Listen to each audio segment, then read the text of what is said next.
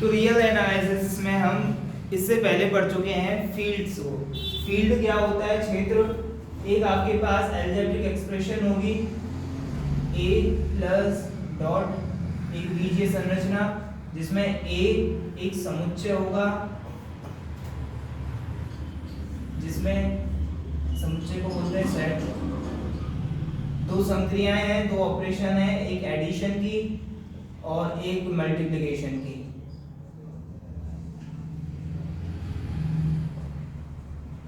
इन दोनों संक्रियाओं के साथ जब ये ग्रुप एक्सियम्स को फॉलो करता है, सॉरी फील्ड एक्सियम्स को फॉलो करता है, क्षेत्र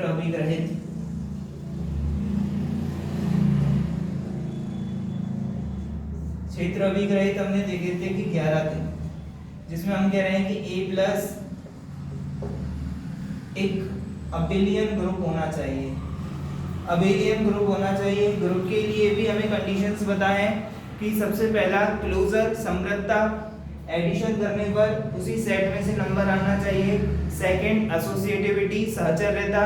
third existence of identity, addition के लिए जो आइडेंटिटी होता है वो 0 होता है।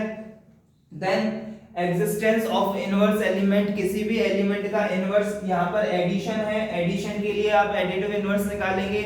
For 2 there must be a -2 like this, and then abelian होने के लिए this operation should be commutative, मतलब कि ये संक्रिया क्रम विनिमय और होनी चाहिए, कम्यूटेटिव होनी चाहिए। जब ये पांचों रूल फॉलो होते हैं तो हम कहते हैं A प्लस एक अबेलियन ग्रुप है। A प्लस अबेलियन ग्रुप है। देन हम कहते हैं कि A dot where A does not contain 0, that means A naught dot must be abelian group। Dot product के साथ भी ये अबेलियन होना चाहिए, लेकिन उसमें शून्य अवयव नहीं होना चाहिए, 0 नहीं होना चाहिए। वही कंडीशन है हमारे पास क्लोजर प्रॉपर्टी, समृद्धता का नियम, सहचर्यता का नियम, एसोसिएटिव प्रॉपर्टी। देन हम देखते हैं कि एडिटिव मल्टीप्लिकेटिव आइडेंटिटी होनी चाहिए, और मल्टीप्लिकेटिव आइडेंटिटी होती है गुणन तत्समक 1। और इसके बाद हम देखते हैं एग्जिस्टेंस ऑफ एडिटिव इनवर्स, गुणात्मक प्रतिलोम का अस्तित्व। जैसे कि 2 है तो 2 का जो गुणात्मक प्रतिलोम होगा वो होगा 1/2। Multiplicative inverse of 2 is 1/2। इस तरीके के ऑपरेशंस होने चाहिए, और लास्ट में ये ऑपरेशन भी कम्यूटेटिव होना चाहिए, क्रम विनिमय होना चाहिए। जब ये पांचों नियम लागू होंगे तब हम कहेंगे कि A not dot is an abelian group. A not dot एक आबेली समूह है। ये दोनों मिलाकर 10 एक्सियम हो जाते हैं, 10 अभिग्रहित हो जाते हैं, और लास्ट में एक प्रॉपर्टी हम पढ़ते हैं डिस्ट्रीब्यूटिविटी की, दैट मींस बंटनता या डिस्ट्रीब्यूटिविटी।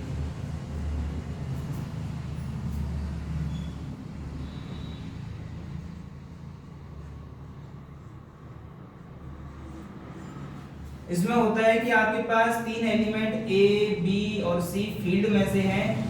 फील्ड हमने A ले रखा है तो A में से कोई एलिमेंट है, और A dot B plus C is equals to A dot B plus A dot C, and A प्लस B dot C is equals to A dot C plus B dot C।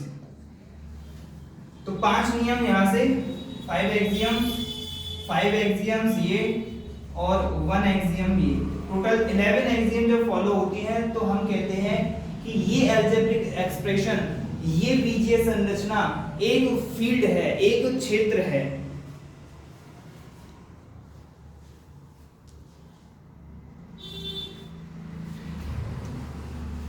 Field axioms को पढ़ने के बाद हमने देखा था इनकी bounds, परिबंध।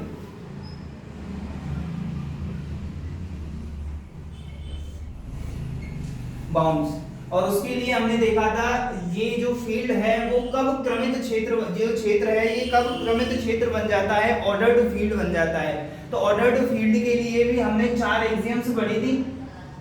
सबसे पहला ट्राइकोटोमी का, त्रिभागीय नियम, जिसमें हमने कहा कि x is greater than y, x is greater than y और x is equal to y और x is less than y। इन तीनों कंडीशन में से केवल एक ही रूल फॉलो होता है, कोई भी दो संख्याएं या तो एक दूसरे से छोटी होंगी या बराबर होंगी, दोनों कंडीशन एक साथ लागू नहीं होगी। जैसे कि आपके पास 2 और 3 है, तो 2 is less than 3, 2 can't be equal to 3 and 2 can't be greater than 3। 2 3 से छोटा है, 2 ना तो 3 के बराबर हो सकता है और ना ही 2 3 से बड़ा हो सकता है। यही रूल क्या कहलाता है? ट्राइकोटोमी का रूल। सेकंड हमने पढ़ा था ट्रांजिटिव लॉ, संक्रामकता का नियम। संक्रामकता का नियम हमने क्या कहा था कि x, y और z फील्ड में से कोई 3 एलिमेंट है and x is greater than y, y is greater than z, that means x is also greater than z। ये हमारा ट्रांजिटिव लॉ कहलाता है, संक्रामक नियम कहलाता है। इसके बाद हमने देखा था कि मोनोटोनिसिटी ऑफ एडिशन, योग का एक दृष्टता का नियम। योग का एक दृष्टता का नियम क्या कहता है कि आपके पास 3 एलिमेंट वही x, y, z फील्ड में से है and x is greater than y, then x plus z also greater than y plus z। और इसी तरीके से हम देखते हैं मोनोटोनिसिटी ऑफ मल्टीप्लिकेशन, गुणन की एक दृष्टता। और गुणन की एक दृष्टता क्या कहती है कि आपके पास x ग्रेटर देन y है और z ग्रेटर देन 0 है, then x dot z is also greater than y dot z। ये चार जो अभिग्रहित हैं, चार एक्सियम्स, ये चारों एक्सियम कहलाते हैं हमारे ऑर्डर एक्सियम्स। और जो फील्ड इन ऑर्डर एक्सियम को फॉलो करता है उसी फील्ड को हम बोलते हैं ordered field. Ordered field that means क्रमित क्षेत्र।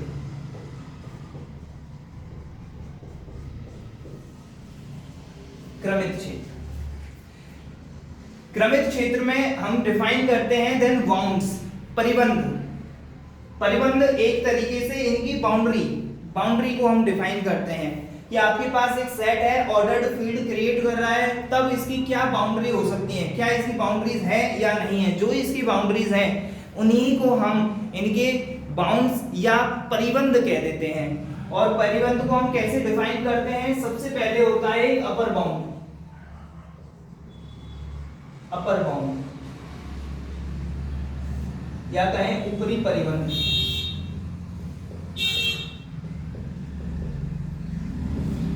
आपके पास एक फील्ड है f प्लस डॉट, ये एक फील्ड है। इस फील्ड में आपके पास जितने भी एलिमेंट्स हैं वो सभी एलिमेंट किसी k के लिए, that means for all x belongs to f, f के सभी x के लिए there exist a k belongs to R such that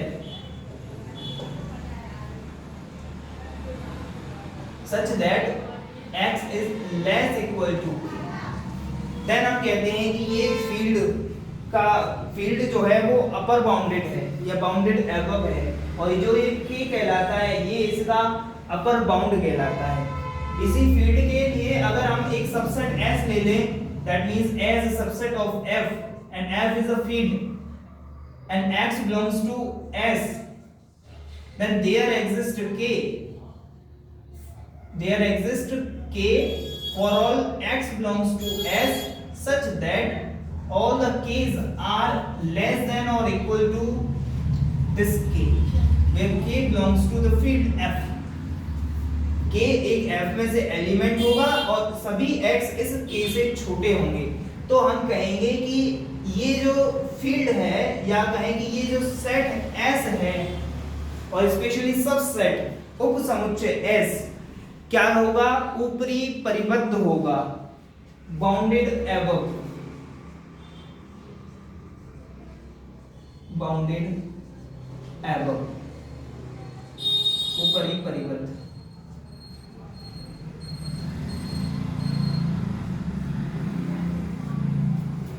और जो ये के कहलाएगा, के आपका कहलाएगा अपर बाउंड, अपर बाउंड, या कहें ऊपरी परिबंध, ऊपरी परिबंध।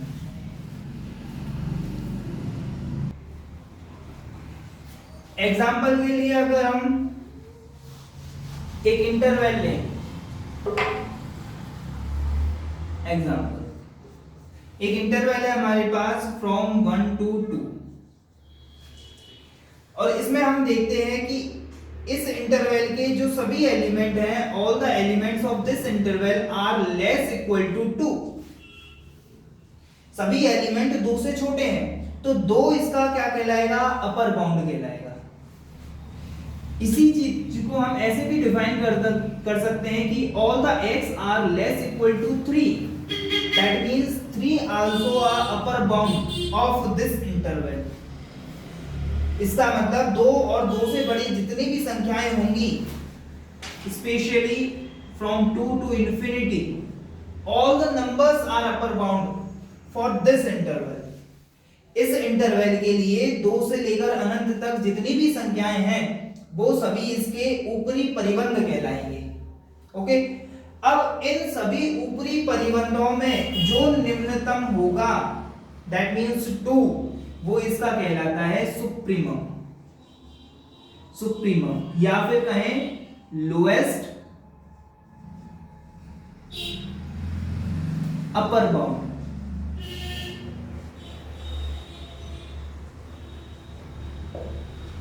निम्नतम ऊपरी परिबंध, ऊपरी परिबंधों में जो निम्नतम होगा वो कहलाएगा इसका सुप्रीमम, और सुप्रीमम ऑलवेज यूनिक होगा।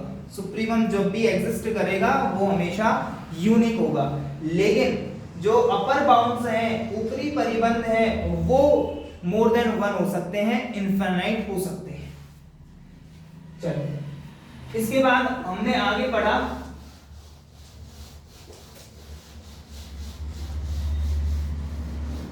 Lower bound.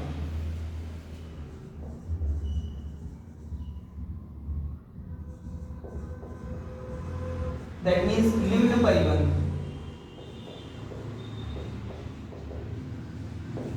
निम्न परिबंध ये क्या होता है? आपके पास एक फील्ड है F प्लस डॉट, और एक S है जो F का सबसेट है। तो for all x belongs to S,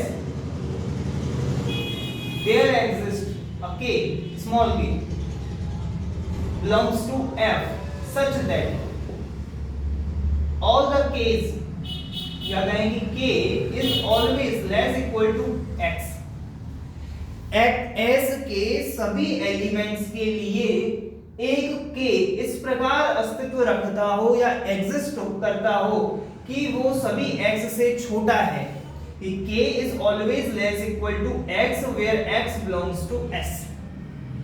तब ये जो k है, ये k s का लोअर बाउंड कहलाता है, लोअर बाउंड कहलाता है s का। जैसे हमने इसी एग्जांपल में देखा था 1 से लेकर 2, तो 1 जो है 1 is always less equal to x। इस इंटरवल में 1 हमेशा इस इंटरवल के हर एक एलिमेंट से छोटा रहेगा, तो इसका मतलब जो 1 है वो लोअर बाउंड है। 1 क्या है? Lower bound. अब जब किसी भी सेट के लिए लोअर बाउंड एग्जिस्ट करता है तो उस सेट को हम बोल देते हैं बाउंडेड बिलो।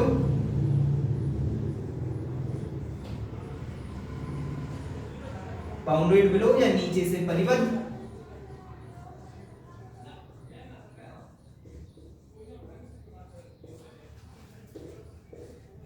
और ये जो लोअर बाउंड आता है इसी को हम बोलते हैं निम्न परिबंध।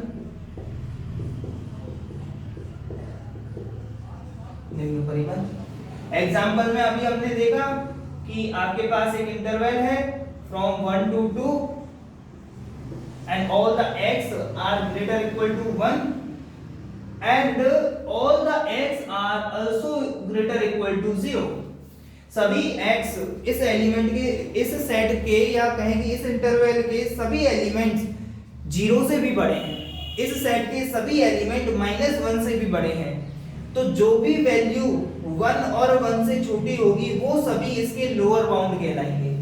That means from infinity to 1 all the elements of this interval are lower bound of this interval। 1, 2 का लोअर बाउंड का जो सेट बनेगा वो -∞ टू 1 बनेगा, और इन सभी लोअर बाउंड में जो मैक्सिमम होगा, जो ग्रेटर होगा, ग्रेटेस्ट होगा, दैट मींस ग्रेटेस्ट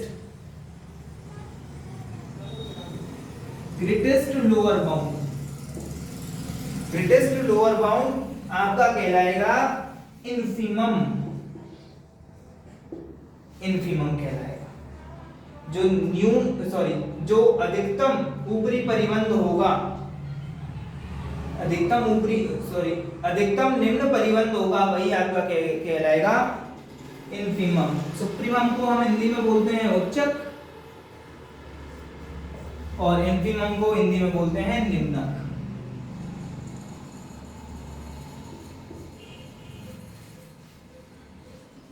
ये हमारे लोअर बाउंड और अपर बाउंड होते हैं। अगर किसी सेट के लिए, किसी एक ही सेट के लिए लोअर बाउंड भी एग्जिस्ट करता है और अपर बाउंड भी एग्जिस्ट करता है, तब हम कहते हैं कि वो सेट बाउंडेड है। The set is bounded, that means this interval 1, 2 is bounded, that means परिबद्ध है।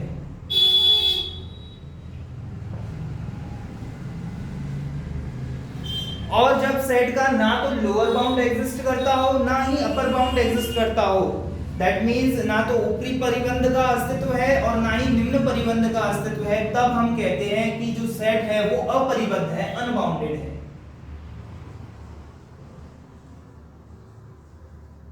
अपरिबद्ध।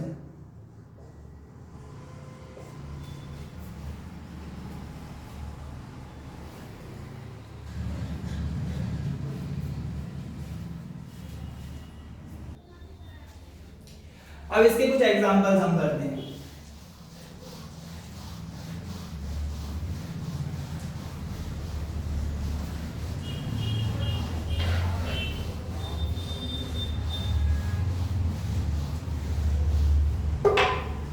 जैसे first example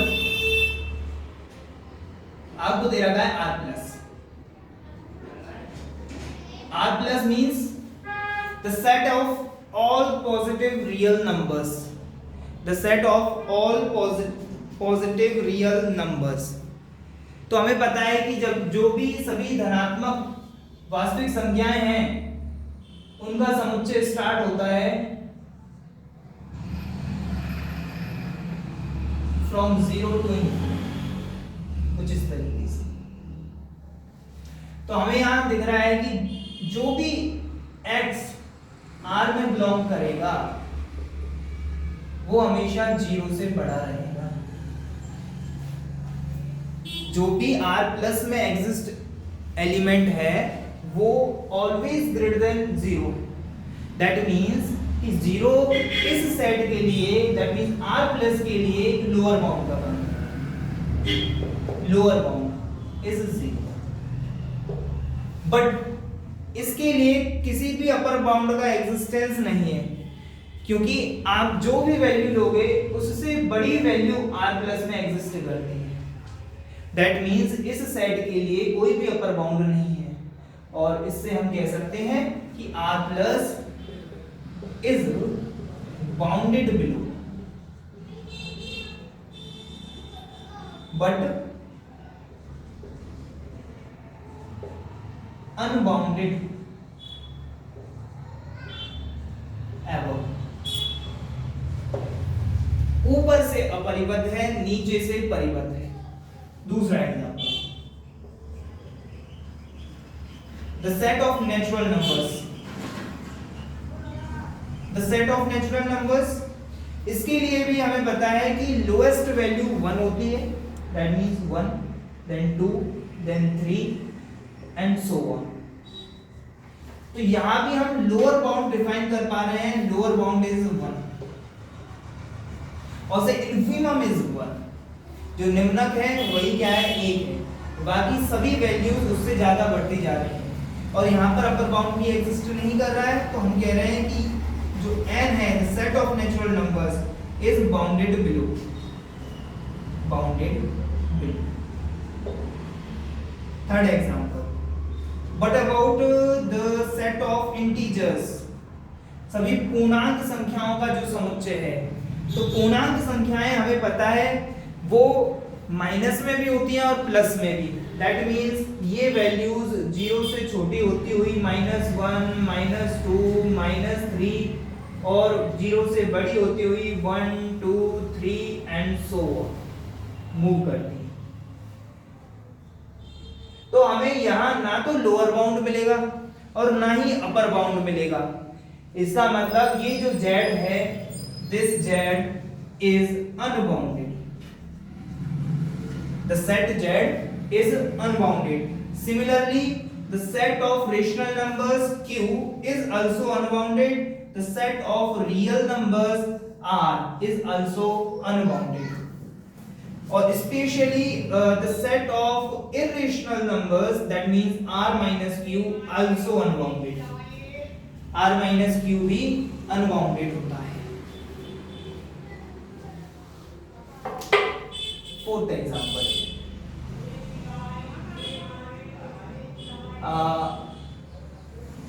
S4 is equals to n upon n plus 1, where n belongs to capital है। इसको जब हम डिफाइन करते हैं तो हमारे पास n equals to 1 रखने पर आता है 1/2, then 2/3, then 3/4 and so on। तो अगर आप नंबर सिस्टम में देखें, नंबर लाइन पर इनको नंबर को डिनोट करने की कोशिश करें तो 1/2 कहीं यहाँ पर एंड 2/3 यहाँ पर, 3/4 यहाँ पर, दैट मीन्स ये सभी वैल्यू धीरे धीरे एक की तरफ जा रही हैं और मिनिमम वैल्यू हमारे पास है 1/2। इसका मतलब कि इन्फिमम जो निम्नक है, निम्नक हो गया 1/2 एंड जो सुप्रीमम मिलेगा 1। इसका मतलब इसका लोअर बाउंड भी एग्जिस्ट करता है और अपर बाउंड भी एग्जिस्ट करता है, that means this set is bounded. ये जो समुच्चय है, ये समुच्चय बाउंडेड है।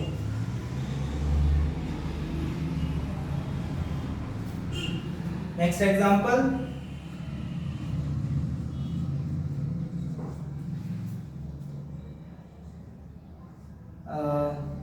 -1 raised to n into n, where n belongs to n। इस वैल्यू को अगर हम देखें, 1 रखने पर हमें मिलेगा -1, 2 पर, 3 पर -3, then 4, -5, then 6 and so on। जब हम नेगेटिव नंबर्स को देखते हैं तो -1, -3, -5 आर टेंडिंग टू -इंफिनिटी, ये लगातार घटते जा रहे हैं। और यहाँ पर अगर पॉजिटिव नंबर्स को देखें तो 2, 4, 6 these also tending to infinity. तो ये 2, 4, 6 ये भी अनंत की तरफ जा रहे हैं और -1, -2, -3, -5 ये भी माइनस अनंत की तरफ जा रहे हैं। इसका मतलब इसका ना तो लोअर बाउंड है और ना ही अपर बाउंड है। इसका मतलब ये एक अनबाउंडेड सेट, अनबाउंडेड सेट।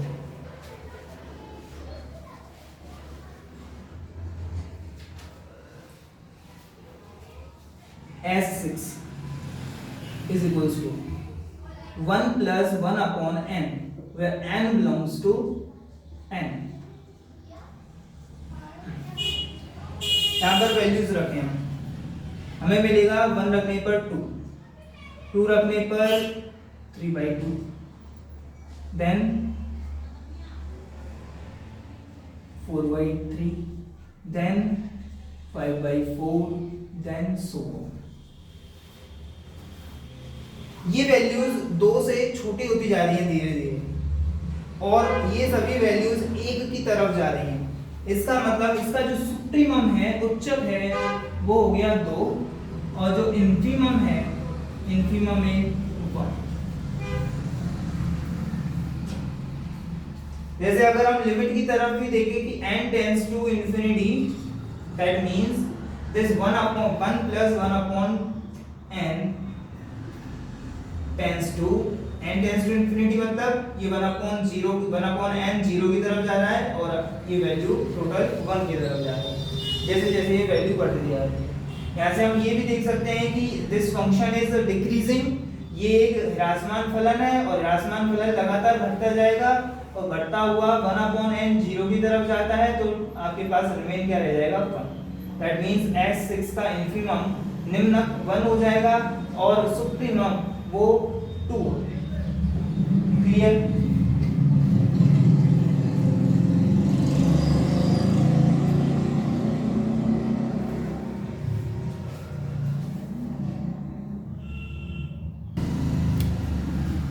इन एग्जांपल्स के बाद हम आगे बढ़ते हैं। आगे एक नया टॉपिक, एक नया concept.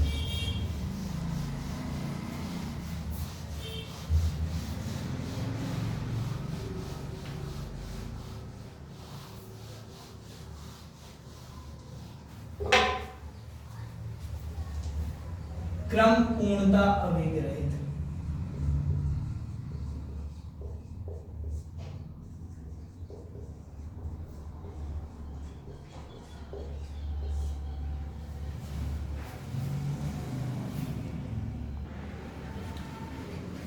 Order completeness axioms.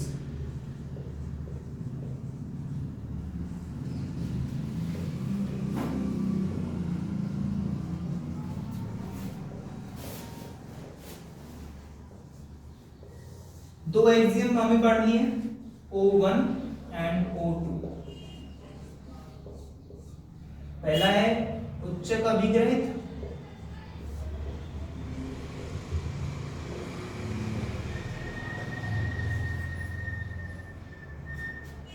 that means supremum axiom,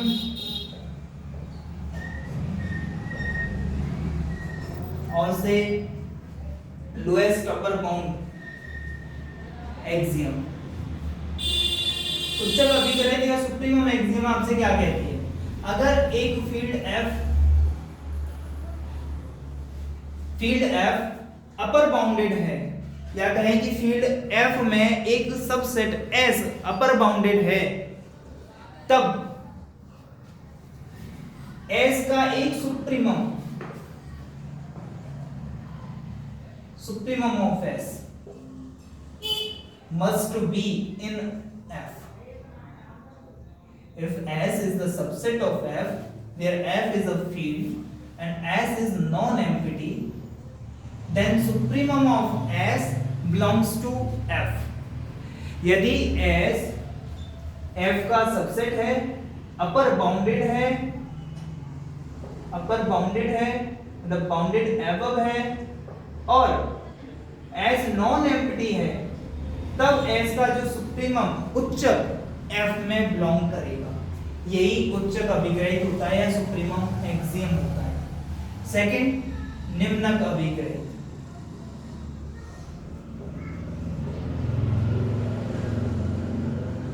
निम्नक अभिग्रहित, that means infimum axiom, और से greatest lower bound axiom।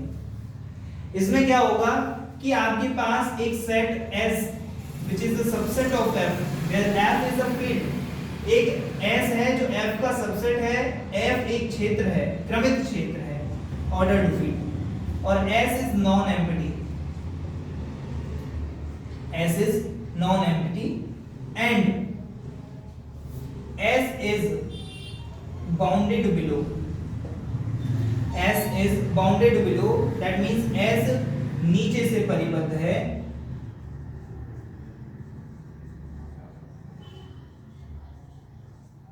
तब जो S का इन्फीमम होगा, that means infimum of S, S का जो निम्नक होगा वो F में बिलोंग करेगा। इस फील्ड में होगा, इस क्रमित क्षेत्र में, ऑर्डर्ड फील्ड में होगा।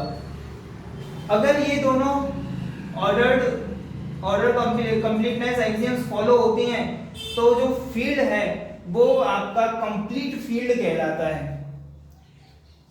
कंप्लीट फील्ड कहलाता है, मतलब पूर्ण क्रमित क्षेत्र कहलाता है, कंप्लीटली ऑर्डर्ड फील्ड। और कंप्लीटली ऑर्डर्ड फील्ड को ही हम वास्तविक संख्याओं का समुच्चय या सेट ऑफ रियल नंबर्स कहते हैं। That means r plus dot, यही हमारा क्या होता है, कंप्लीट ऑर्डर्ड फील्ड, पूर्ण क्रमित क्षेत्र। पूर्ण क्रमित क्षेत्र, तो पूर्ण क्रमित क्षेत्र क्या होगा, जो एक ऐसा क्रमित क्षेत्र जो पूर्ण क्रमित अभिग्रहितों को फॉलो करता है या उनका पालन करता है, तो हम कहते हैं कि वो फील्ड आपका पूर्ण क्रमित क्षेत्र कहलाता है और से कंप्लीट ऑर्डर्ड फील्ड कहलाता है। और कंप्लीट ऑर्डर फील्ड और कोई नहीं, the set of real numbers होता है। That means complete order field is an unique field, अद्वितीय होता है। जब कभी भी हम कंप्लीट ऑर्डर फील्ड की बात करेंगे तो हम रियल नंबर्स की ही बात कर रहे होंगे, तो इस वजह से हम कह रहे हैं कि ये जो सेट फील्ड है ये यूनिक है। तो एक बार हम शुरू से देखते हैं कि सबसे पहले हम एक ग्रुप को डिफाइन करते हैं, ग्रुप की मदद से एक फील्ड को डिफाइन करते हैं।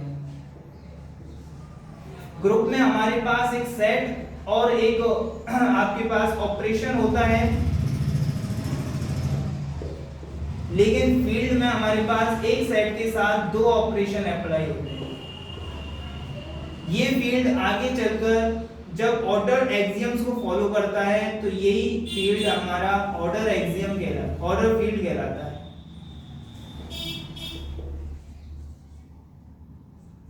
मतलब कि क्रमित क्षेत्र कहलाता है।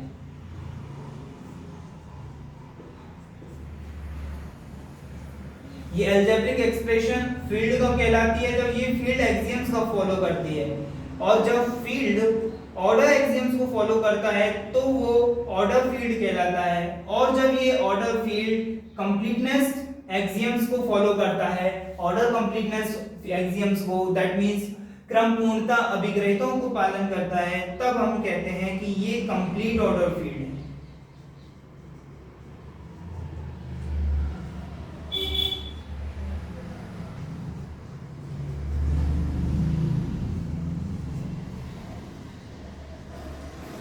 पूर्ण क्रमित क्षेत्र, पूर्ण क्रमित क्षेत्र।